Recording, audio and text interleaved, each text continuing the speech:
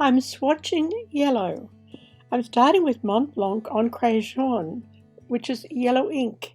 It's a beautiful, clear, transparent ink. I love this one.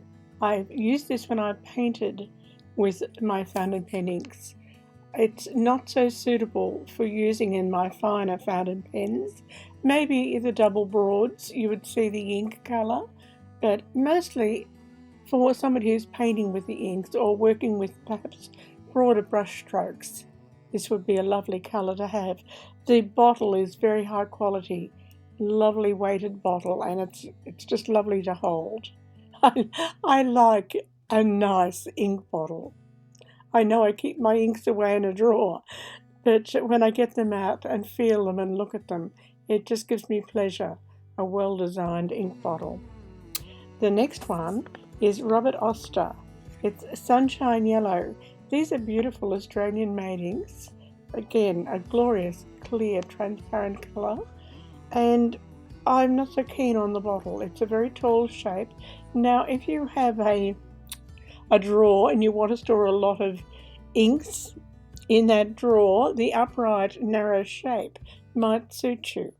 I'm inclined to put my bottles of ink down on a bench and take the lid off, and I'm always scared that I'm going to knock it over.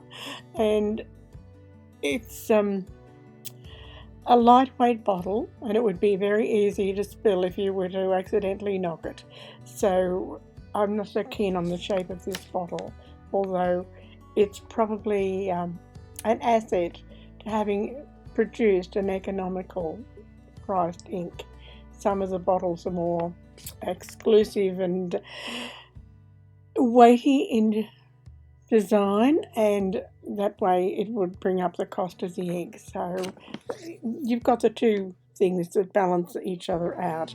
The Van Diemen's inks also seem to be in a less expensive design bottle, and that may please some people. I certainly got these Van Diemen's inks at a very good value cost-wise, so I shouldn't complain that I don't like the bottle as much as I do, say, the Mont Blanc. It's quite a nice design, that tapered shape one.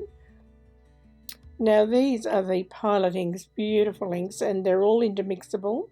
I like that. If I'm going to paint with an ink, I like to know I'm working with the same brand and that they're all intermixable. Lovely colour, and you can see how it breaks between whether it's applied heavily or lightly. You get a nice variation of tone there. So it's an ink that I like to have in my collection. I'd like to have all of the Pilot inks, simply because, as I said, they're intermixable. They're lovely to paint with. My writing leaves a lot to be desired, but practice is the only way that I'll ever improve it. Again, another Robert Oster ink, which goes very well with the earlier one I showed, the Sunshine Yellow. This one is Yellow Sunset. It's a deeper tone. Very nice. If I was trying to work out which one of these inks that I would cut out of my collection, it's very hard to choose because each one is unique in character. The Wattle Yellow and the Mont Blanc Yellow ink are similar, but the Mont Blanc one is more of a lemon yellow, so there'd be a definite good purpose if you're a painter to have each of these. Now that one, I love the bottle. That's Ferris Wheel Press, buttered popcorn. And if I was looking for a fountain pen ink in yellow that you could perhaps see clearly on the page from a medium nib upwards, this one would be the first yellow I would choose to use in a fountain pen, simply because, as I said, I can see the colour reasonably clearly on the page if I'm working with a broad nib. And it's a lovely bottle to hold and look at. That pleases me. I also find when the lid section of the bottle is narrower, you tend to be able to put the lid on and off more easily. Well, I do anyway, without sort of feeling you're struggling, that you might cross thread the bottle top. That one, that's a Jacques Herbin, French brand, love them, and that's Ombre de Beltique.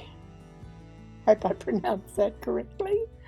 I love all of the Herbin inks. Well, I don't really have an ink brand that I don't love. The colours are always beautiful in the Jacques Herbin inks. Love them. Well, as I said, practice makes perfect. I'll get there one day if I keep writing. I've done so much writing on computer in recent years, of course, with my novels and everything. I lost touch with what skills I had in handwriting, and I have to work hard to bring it back. And not that I was ever great at handwriting in the first place, but with my fountain pens, I'm gradually improving with practice. I get a lot. Yeah, that one I bought specially for painting. I wanted an underpainting colour that wouldn't bleed. So this is a pigmented permanent ink. It's by Astoria ink by Sailor, light brown. It's also called Young Lion, depending where you're buying it. And I bought this because I bought a cavoodle that was this colour, and I wanted a permanent ink that I could sketch my cavoodle. A cavoodle, they're called cavapoos in the United States, cavoodles in Australia. They're a mixed breed. Usually the dam is a miniature poodle or a toy poodle, and the sire is the Cavalier King Charles Spaniel. They have all the mischief of the Cavalier King Charles Spaniel and some of the intelligence of the poodle, although having had poodles, this cavoodle I've got is far more mischievous and harder to train than any poodle I ever had. But they are a gorgeous dog. Now I'm waffling here, but you can see this colour just so suited having in your sketching kit if you sketch animals. That's what I specifically bought it for. And this one here is the DAR9 Ochre, a very practical colour. This would work well in a fountain pen, of course.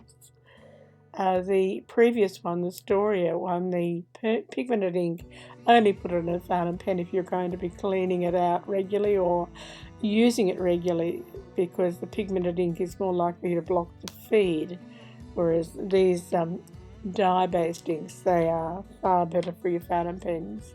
You don't have to worry so much about them drying in the feed. And this one absolutely do not use in your fountain pens. You cannot use all inks in fountain pens.